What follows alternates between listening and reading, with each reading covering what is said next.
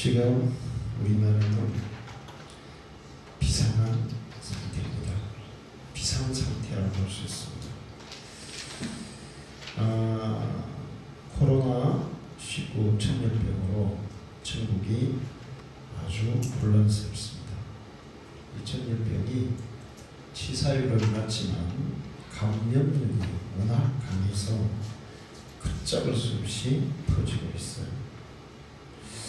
이런 가운데 우리가 특히 믿는 사람들이 어떻게 할 것인지 생각해 볼 필요가 있습니다. 지금 코로나 사태로 인해서 많은 사람들이 다른 사람들을 탓하고 있어요. 신천지 탓이다, 중국 탓이다, 정부 탓이다. 어떤 사람은 문재인 대통령이 친미, 반미, 친중 정책을 펴서 하나님이 노해서 코로나가 우리나라에 퍼졌다 이렇게 얘기하는 사람도 있어요. 그러면 그럼 다른 나라들은 뭐죠? 지금 전 세계에 지금 퍼지고 있습니다. 이란은 우리처럼 아마 체크를 했으면 우리보다 훨씬 더 많은 사람이 걸렸을 거예요. 그렇게 체크를 못하니까 숫자가 적은데 지금 치사율은 거의 9% 가까이 되고 있지 않습니다. 이것은 누구를 탓할 일이 아니에요. 전염병이 퍼질 때는 물론 하나님의 뜻이 있습니다. 이것은 누구를 탓하려고 해서 안 되고 모든 국민들이 스스로를 돌아보고 우리가 정말 하나님 앞에 겸손하게 무릎을 꿇는 그런 기회가 되어야 될 줄 믿습니다. 하나님은 노아 홍수 이후에 마지막 심판 때까지 인류를 멸망시키는 심판은 내리지 않겠다고 하셨어요. 창세기 8장 21절에서 22절에 여호와께서 그 향기를 받으시고 그 추심 중에 이르시되 내가 다시는 사람으로 말미암아 땅을 저주하지 아니하리니 이는 사람의 마음이 계획하는 바가 어려서부터 악함이라. 내가 전에 행한 것 같이 모든 생물을 다시 멸하지 아니하리니 땅이 있을 동안에는 심음과 거둠과 추위와 더위와 여름과 겨울과 낮과 밤이 쉬지 아니하리라. 마지막 심판 때까지 하나님은 노아 홍수 때처럼 인류와 모든 생물을 멸하는 그런 무서운 심판은 내리지 않겠다고 하셨어요. 그러나 하나님을 거역하고 죄를 짓는 사람들에게 하나님은 그런 무서운 심판은 아니지만 다른 방법으로 심판을 내리겠다고 했습니다. 그 방법이 전쟁과 기근과 천연병이라고 말씀하고 있어요. 예레미야 14장 10절에서 12절에 여호와께서 이 백성에 대하여 이와 같이 말씀하시되 그들이 어그러진 길을 사랑하여 그들의 발을 멈추지 아니하므로 여호와께서 그들을 받지 아니하고 이제 그들의 죄를 기억하시고 그 죄를 벌하시리라 하시고 여호와께서 또 내게 이르시되 너는 이 백성을 위하여 복을 구하지 말라. 그들이 금식할지라도 내가 부르짖음을 듣지 아니하겠고 번제와 소제를 드릴지라도 내가 그것을 받지 아니할 뿐 아니라 칼과 기근과 전염병으로 내가 그들을 멸하리라. 하나님께서 범죄한 사람들에게 그냥 두지는 않겠다는 거예요. 인류를 멸하는 그런 심판은 마지막 때까지는 내리지 않겠지만 그러나 이스라엘 백성들, 하나님이 선택한 백성이라 하더라도 하나님을 거역하고 범죄하면 하나님이 그냥 버려두지는 않겠다. 칼과 기근과 전염병으로 그들을 심판하겠다고 말씀하셨어요. 하나님이 심판하실 때는 그 하나님의 진노가 다하기까지 그 벌이 내려집니다. 그런데 이런 하나님의 진노를 빨리 끝나게 하는 방법이 있어요. 그것은 다른 방법이 아니라 죄를 회개하는 것이고 하나님 앞에 겸손히 엎드려서 기도하는 거예요. 다윗이 인구조사를 위해서 하나님을 거역합니다. 교만해졌습니다. 그래서 하나님이 다윗에게 벌을 내렸어요. 다윗이 세 가지 벌 중에 하나를 택하라 하니까 전염병을 선택합니다. 그래서 하나님이 이스라엘 땅에 전염병을 내리셨는데 하루에 전염병으로 7만 명이 죽었어요. 백성들이 죽어나가는 것을 보면서 다윗이 죄는 내가 지었는데 어떻게 백성들이 고통받을 수 있습니까? 하나님 차라리 나에게 벌을 내려주시고 이 전염병을 거둬주십시오. 그러면서 자기가 벌을 받겠다고 자처했습니다. 그리고 하나님 앞에 회개했어요. 그때 하나님은 다윗의 기도를 들으시고 전염병을 거두어 주셨습니다. 하나님이 사람들의 잘못에 대해서 그 벌을 내리시는 방법이 전쟁과 기근과 전염병이다. 마지막 때가 되면 될수록 이것이 점점 더 심해질 것을 요한계시록에는 말씀하고 있어요. 이런 전쟁과 기근과 전염병이 예수님의 재림이 가까웠다는 것을 예고해 주는 그런 사인이라고 성경은 말씀하고 있습니다. 그런데 전염병은 막 확산돼서 많은 사람에게 감염을 시키는데 끝날 때 보면 순식간에 끝나는 것을 볼 수 있어요. 신종플루, 사스, 메르스 다 그랬습니다. 이게 뭐 암이나 감기처럼 두고두고 계속 이렇게 있지를 않아요. 전염병이 확산되다가 빨리 확산이 되는데 끝날 때는 뭐 몇 개월 안에 그냥 순식간에 사라지는 것을 볼 수 있어요.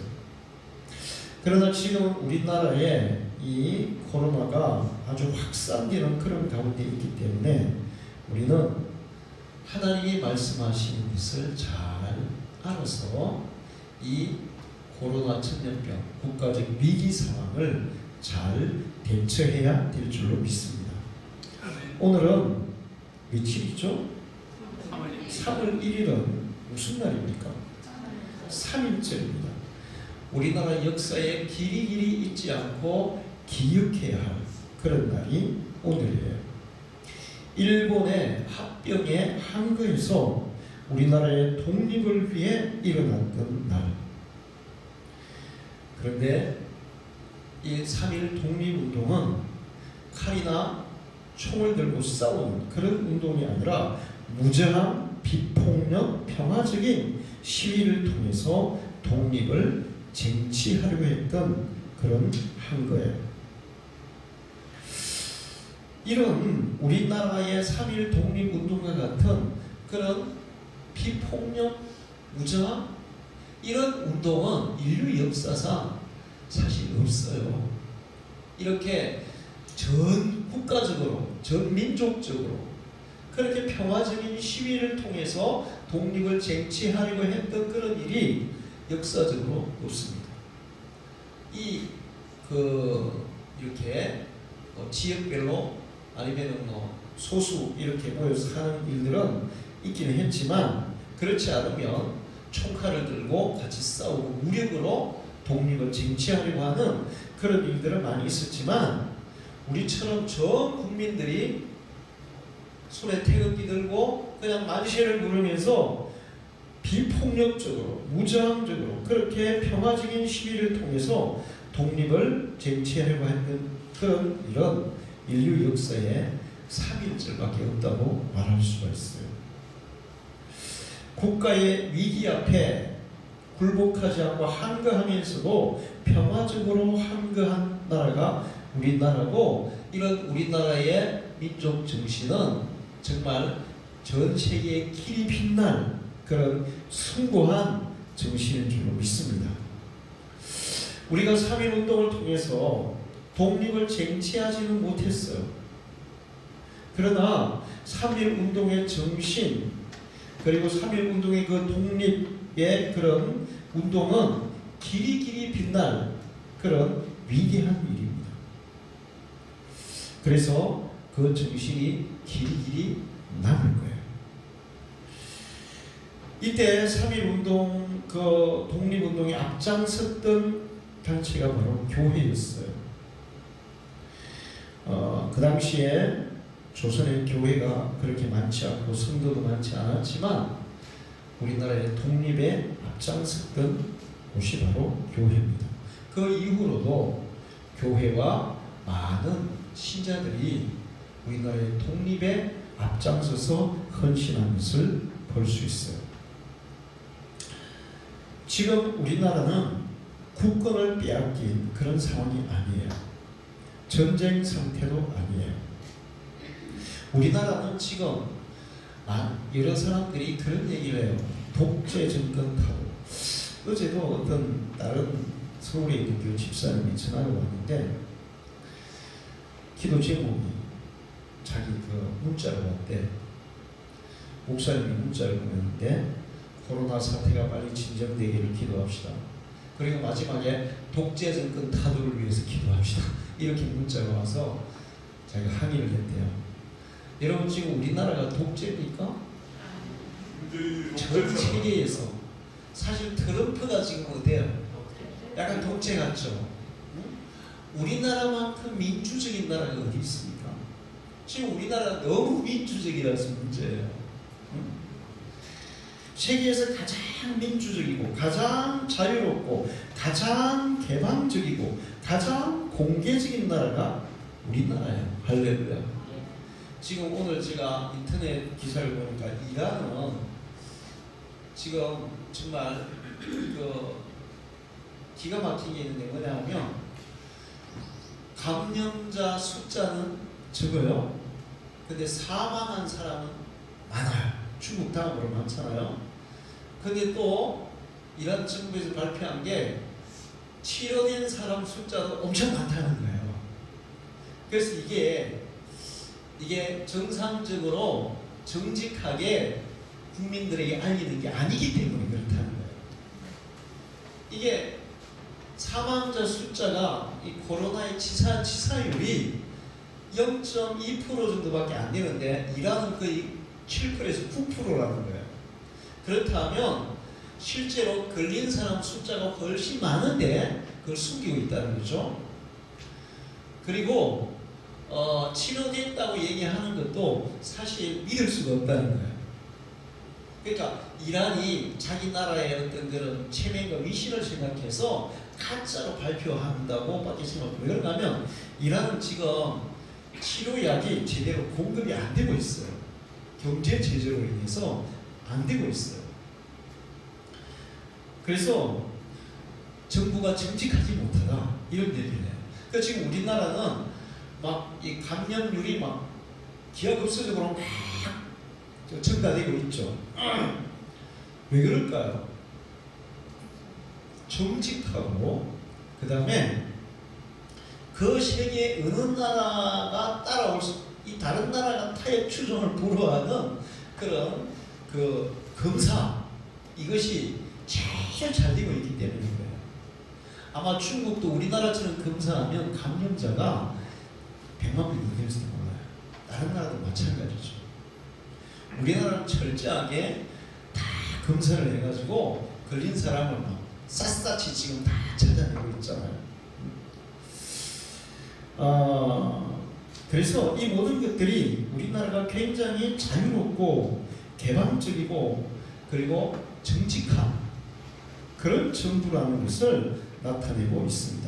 중국도 순기기에 급급하고 일본도 마찬가지죠. 다른 나라들도 그래요. 우리나라는 세계에서 제일 빠른 속도로 감염자들을 찾아내서 치료하고 있습니다.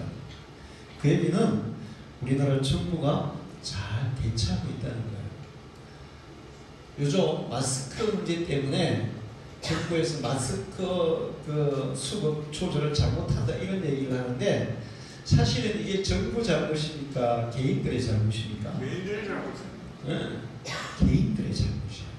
정부에서 지금 강력하게 이제 지난 금요일부터 이제 하기 시작해서 아마 다음 주 정도 되면 마스크는 이제 다 정상적으로 돌아갈 겁니다. 마스크를 사람들이 막 사재고 거기에서 뭔가 폭리를 취해보려고 막 숨겨놓고 그 다음에 매직매직하고 이래가지고 문제가 돼요. 하루에 1200만 장 만들어지고 정부에서 계속 이렇게 조절을 하면 아마 일주일 안에 마스크는 다 공급이 될 거예요. 그래서 우리 그리스도인들은 그런 세상 사람들의 그런 사고방식, 세속적인 가치관 이런 것을 따라가서는 안 될 줄로 믿습니다. 자, 이번에 마스크 공급이 발표가 났을 때 면지역 이런 데를 우선적으로 공급한다더라고요. 그래서 이제 생림우체국, 생림농협 이런 데서 마스크를 공급한다 하길래 잘됐다. 그러면 우리는 생림에 있으니까 이제 마스크가 이제 하나도 없고 박 집사님이 준 거 얻어가지고 썼는데 그걸 몇 개 사야 되겠다. 사서 혹시 주일날 교회 오시는데 마스크 없는 분들 줘야지 이렇게 생각하고 제가 이제 문 열면 내가 제일 먼저 가서 마스크 사야지 이런 생각이 들었었어요. 그런데 새벽 예배 마치고 기도하는데 갑자기 제 마음속에 이런 생각이 들어요. 야, 니는 목사 아니냐? 목사가 다른 사람보다 먼저 가서 마스크 사면 어떡하냐? 다른 사람 다 사고 남으면 사야지. 다른 사람 더 필요한 사람 먼저 사게 하는 게 목사지. 그게 맞는 것 같아요. 그래서 제가 그냥 안 갔어요. 근데 우리 이옥슬이 집사님이 권사님이 전화 와가지고 목사님 생림우체국에 마스크 판다고. 근데 제가 빨리 못 가겠더라고요. 그래서 제가 생림에 볼 일이 있어가지고 차 기름 스타렉스 기름들을 가면서 이제 우체국에 가보니까 벌써 세상에 차가 줄이 얼마나 많이 섰는지 사람들이 막 줄을 얼마나 많이 섰는지 그냥 왔습니다. 또 이제 생림농협에 가보니까 농협도 역시 다 벌써 5분 안에 다 매진됐다더라고요. 우리는 그런 상황에서 내가 다른 사람보다 먼저 사야지 이런 생각을 가지지 말고 그래 필요한 사람들이 먼저 사고 남으면 사고 없으면 그냥 사지 말자. 그럼 어떻게 할 것이냐? 우리의 건강을 어떻게 책임질 것이냐? 그건 하나님께 맡겨야지. 할렐루야. 마스크보다 우리를 질병에서 더 확실하게 보호해 주실 수 있는 분은 하나님이세요. 할렐루야. 우리가 그런 정신을 가지고 산다면 그런 마스크 문제도 이런 문제가 터지지 않았을 거예요. 생산하는 사람이나 중간상이나 소비하는 사람들이 다. 우리는 이런 위기 상황 가운데서 우리 그리스도인들은 어떤 태도를 취해야 될 것인지 우리가 3.1절 맞이해서 다시 한번 생각해 보기를 원합니다. 우리 그리스도인들은 먼저 나라를 다스리는 사람들을 존중하고 그들을 위해서 기도해야 돼요. 할렐루야. 지금 우리나라를 이끌어가는 사람들을 존중하고 그들을 위해서 기도해야 돼요. 베드로전서 2장 13절에 15절을 보면 인간의 모든 제도를 주를 위하여 순종하게 혹 위에 있는 왕이나 혹은 그가 악행하는 자를 징벌하고 선행하는 자를 포상하기 위하여 그의 돈에 총독에게 하라. 곧 선행으로 어리석은 자들의 무식한 말을 막으시는 것이라. 위에 있는 자들에게 순종하라. 그들의 권위를 존중하라. 자, 로마서 13장 1절에서 5절을 보면 각 사람은 위에 있는 권세들에게 복종하라. 권세는 하나님께로부터 나지 않음이 없나니 모든 권세는 다 하나님께서 정하신 바라. 할렐루야. 자, 목사님, 아니 선한 정치가들은 그렇다 치더라도 독재자나 악한 정치가들도 하나님이 세우셨습니까? 하나님이 세웠을까요? 세웠을까요? 세운 줄로 믿습니다. 악한 통치자도 하나님이 세우시고 선한 통치자도 하나님이 세우세요. 다 이유가 있어요. 악한 통치자를 세우실 때는 악한 통치자를 세우는 이유가 있고 선한 통치자를 세울 때는 선한 통치자를 세우는 이유가 있어요. 그래서 권세를 거스르지 말라. 권세를 거스리는 자는 하나님의 명을 거스리는 것이다. 하나님이 세우신 권위를 거스리는 것이다. 성경에 하나님이 세우신 권위를 절대적으로 존중하고 악한 통치자에 대해서 끝까지 이렇게 인간적인 그런 폭력이나 인간적인 그런 원한으로 상대방을 대하지 않았던 사람이 있습니다. 누굴까요? 다윗이었어요. 다윗은 정말 국가에 충성하고 왕에게 충성한 정말 충성스러운 신하였습니다. 그런데 사울왕이 시기하고 질투하고 열등감에 빠져서 다윗을 죽이려고 계속 죽이게 달렸습니다. 거의 20년 가까이 다윗을 죽이려고 쫓아다녔습니다. 다윗이 2번이나 사울왕을 죽일 아주 좋은 기회가 있었지만 끝까지 죽이지 않습니다. 하나님이 기름 부으시는 종을 사람이 해쳐서는 안 된다. 하나님이 세운 하나님의 사람이다. 권위는 하나님이 세우는 것이다. 왕은 하나님이 세우는 것이다. 그래서 자기는 많은 그로 인해서 정말 고통의 긴 세월을 보내야 했습니다. 근데 우리가 역사가 흐른 후에 생각해 보세요. 만약에 그때 다윗이 인간적인 방법으로 사울왕을 제거했다면 어떻게 됐을까요? 어떻게 됐을까요? 아마 다윗은 국민들에게 자기 장인 어른을 죽인 그런 장인 어른을 죽인 살인자라고, 왕을 죽인 반역자라고 그런 얘기를 들었을 것이고, 이스라엘 모든 12지파가 다 다윗왕에 복종하지 않을 수가 있어요. 다윗이 끝까지 그렇게 하나님의 뜻을 쫓아서 권위를 존중하고 왕에게 순종하고 자기가 피해를 입으면서도 그렇게 했을 때 결국 하나님께서 그것을 끝내주신 줄로 믿습니다. 그러므로 인해서 다윗은 성군이라는 그런 칭송을 받게 되었고, 전 이스라엘 백성들, 심지어는 다윗이 사울왕의 부하였던 사람들까지도 다윗을 따르는, 진심으로 따르는 그런 일이 있을 줄로 믿습니다. 디모데전서 2장 1절에 3절에도 그러므로 내가 첫째로 권하노니 모든 사람을 위하여 간구와 기도와 토구와 감사를 하되 임금들과 높은 집에 있는 사람들을 위하여 하라. 자, 성경은 왕에게, 나라를 다스리는 자들에게 권위를 존중하고 순종하라, 그리고 그들을 위해서 기도하라, 이렇게 말씀하고 있어요. 베드로전서 2장 13절에도 사환들아 범사에 두려워함으로 주인들에게 순종하되 선하고 관용하는 자들에게만 아니라 또한 까다로운 자들에게도 그리하라. 나라를 잘 다스리는 자에게만 순종하고 존중하지 말고 잘못 다스리는 사람에게도 그렇게 하라는 거예요. 목사님 그렇게 하면 나라가 힘들고 국민들이 힘들지 않습니까? 근데 그렇게 하라고 할 때는 다 하나님의 뜻이 있는 줄로 믿습니다. 사람이 어떻게 막 노력하고 애쓰고 힘쓰고 막 한다고 역사가 바뀌지 않아요. 하나님이 역사할 때 역사는 단 하룻밤 사이에도 바뀔 수가 있어요. 할렐루야. 성경에 보세요. 바벨론이 그렇게 강력한 나라였어요. 그런데 벨사살 왕 때 단 하룻밤 사이에 바벨론이 무너지고 페르시아가 세워져요. 그러면서 이스라엘 백성들이 해방이 돼서 고국으로 돌아갑니다.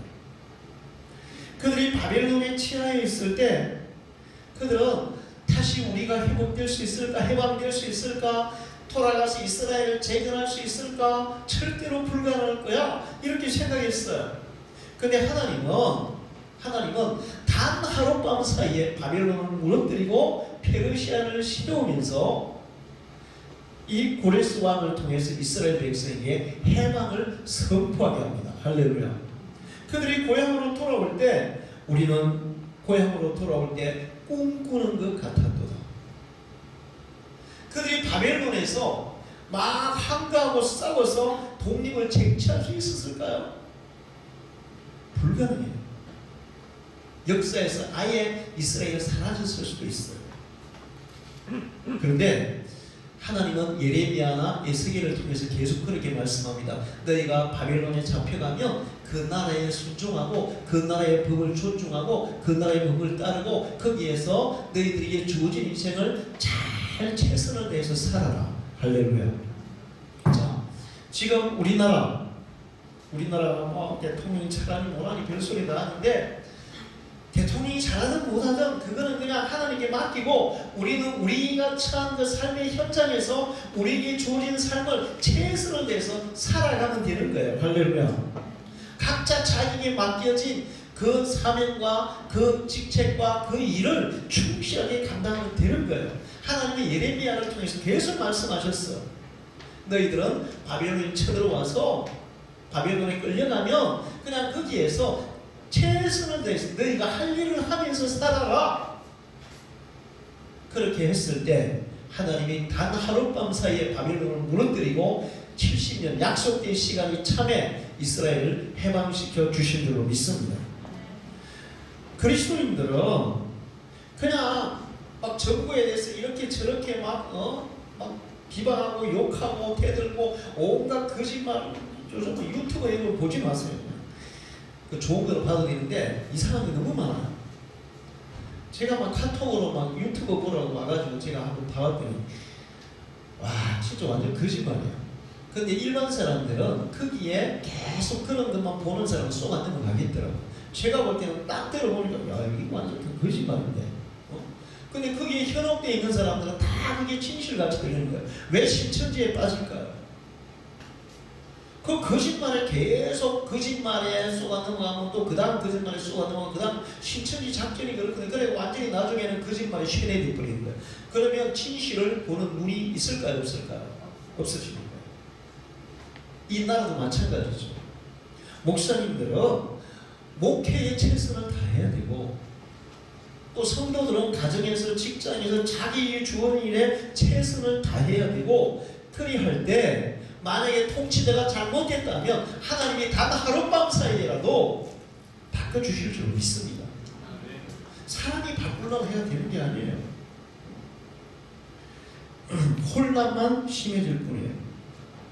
우리는 우리에게 주어진 삶에 충실하면서 하나님 앞에 통치자를 위해서 기도하고 그 권위를 존중하는 그런 자세를 가져야 될 줄 믿습니다. 예수님은 어땠습니까? 예수님은 로마와 그 당시에 유대인들, 유대 지도자들 싸웠어요? 예수님이 그들과 싸워서 이길 힘이 없어서 가만히 있었을까요? 예수님이 마음만 먹으면 유대를 정복하는, 유대를 그냥 통치하는 것은 식은 중국계예요. 로마를 점령하고 세계를 점령하고 세계를 통치하는 것도 식은 중국계예요. 예수님께는 그런 건 아무것도 아니에요. 마음먹으면 할 수 있었어요. 근데 예수님은 그 불의한 자들, 그 당시에 통치자들이 다 불의한 자들 아닙니까? 그럼에도 불구하고 그 불의한 자들이 하는 것을 그냥 그대로 따랐어요.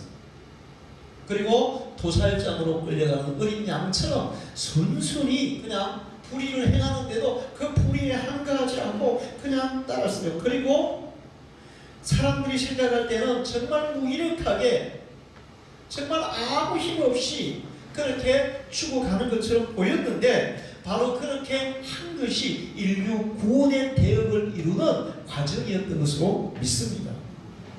예수님이 그렇게 하지 않았으면 우리에게 구원은 없어요. 예수님이 유대를 점령하고 로마를 점령하고 세계를 통치했어도 그 역사는 또다시 바뀌고 또다시 바뀌고 바뀌었을 것이고, 인류 구원은 아직도 아무에게도 희망이 없습니다. 예수님이 그렇게 불의한 자들을 위해서 죽으심으로, 순순히 고난받고 죽으심으로 인류 구원의 대업을 이루시고 우리에게는 영원히 썩지 않고 변하지 않고 흔들리지 않는 하나님 나라를 주신 줄로 믿습니다.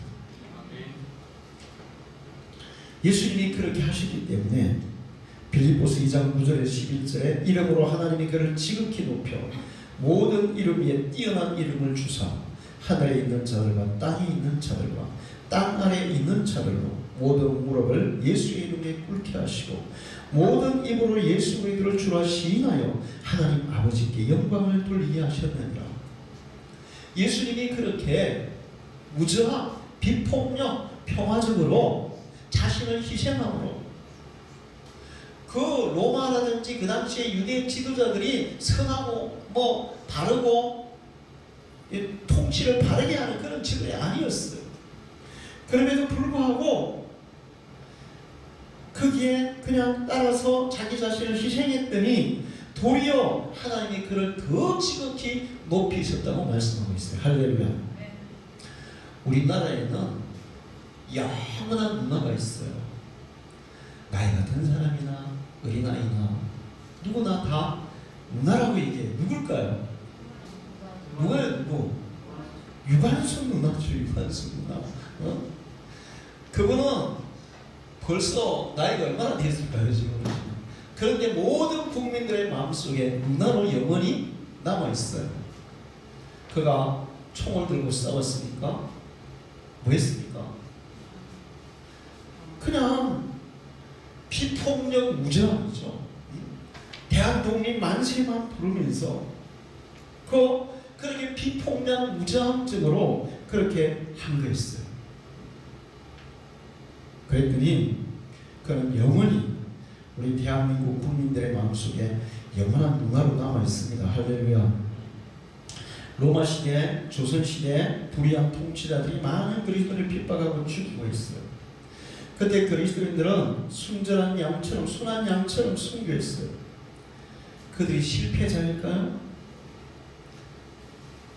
그렇게 많은 사람들이 불의한 통치자들에게 항거하지 않고 그냥 순한 양처럼 그렇게 죽어갔어요. 근데 그들이 실패자였을까요? 그들이 죽어가실 때 그들은 정말 그렇게 무기력하게 죽어가는 줄 보였을지 모르지만 그들의 순교를 통해서 그들의 흘린 피를 통해서 하나님이 일하고 계신 줄로 믿습니다. 사람들은 그래요. 아니 저런 상황에서 왜 기독교인들은 기도만 하자 그러냐? 기도만 하면 다냐? 우리가 하는 기도는 뭘까요? 우리가 하는 기도는 뭘까요? 그리스도인들이 기도하면 아무것도 안 하는 게 아니에요. 우리가 기도할 때 우리는 정말 우리가 능력이 얼마나 많습니까? 아무 능력도 없어요 솔직히. 인간이 수만 명, 수천 명, 수억 명이 모여서 하는 것보다 하나님이 하시는 것이 훨씬 강력한 줄로 믿습니다. 우리의 기도는 그 강력한 하나님이 일하게 하시는 도구예요. 할렐루야. 사람들은 기도만 하면 다냐? 다죠. 왜 그런가 하면 우리가 기도할 때 하나님이 일하시기 때문에. 할렐루야. 그들이 그렇게 죽어갈 때 하나님이 그냥 계신 게 아니에요. 그들의 순교의 피가 쌓였을 때 하나님은 일하셨고 결국 기독교가 로마를 점령한 줄로 믿습니다. 그들이 싸우지도 않았어요. 하나님이 일하고 계셨어요. 우리나라도 마찬가지예요.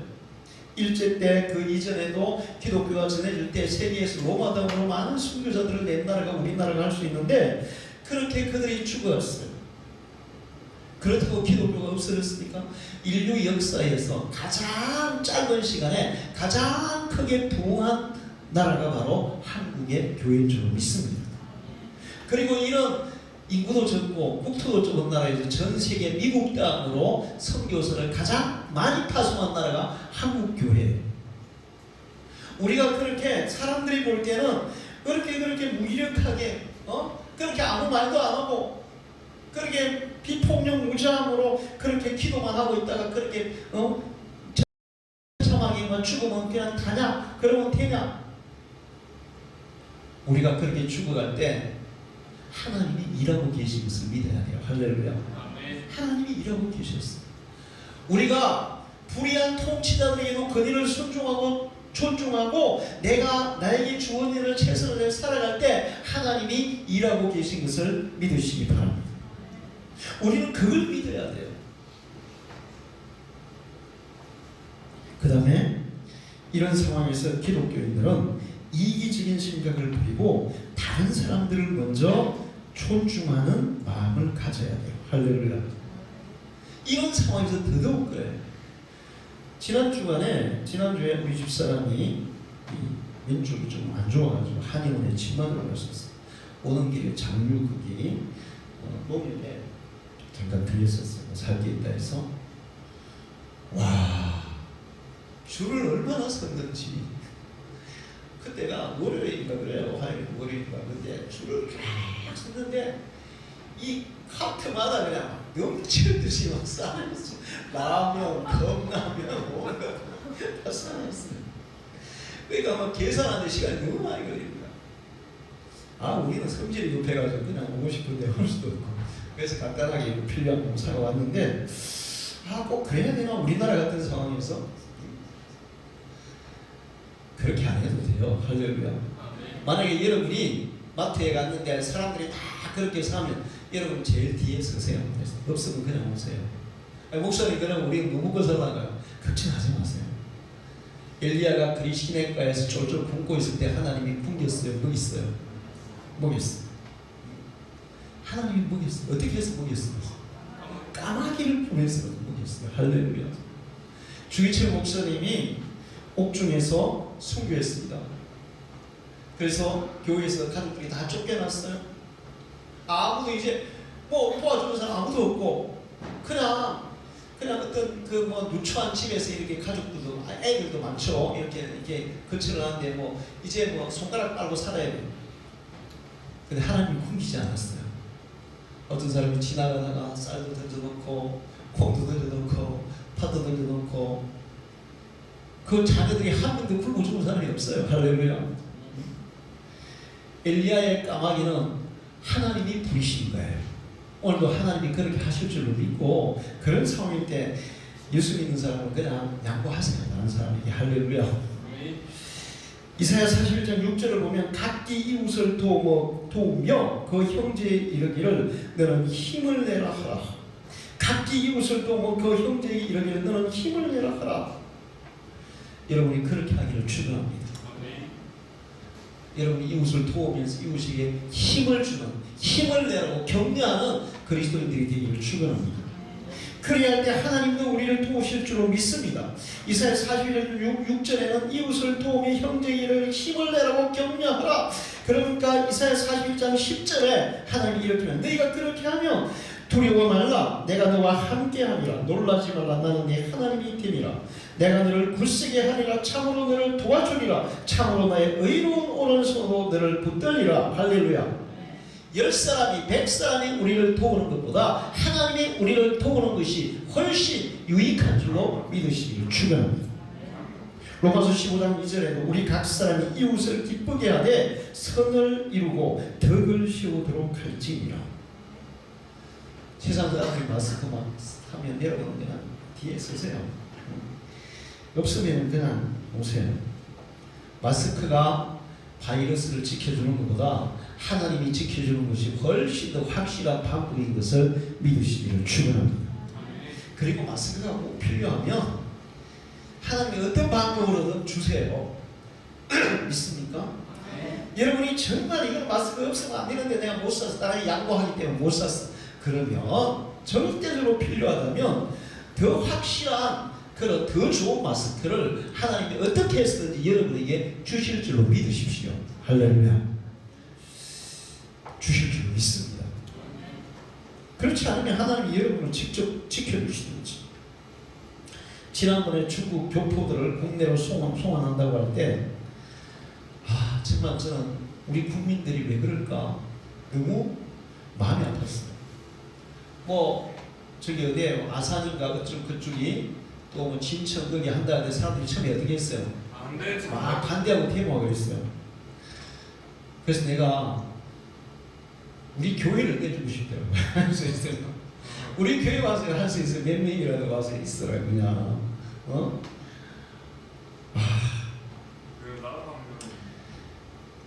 아니 여러분 만약에 거기에 자기 자녀가 있었다고 쳐보세요.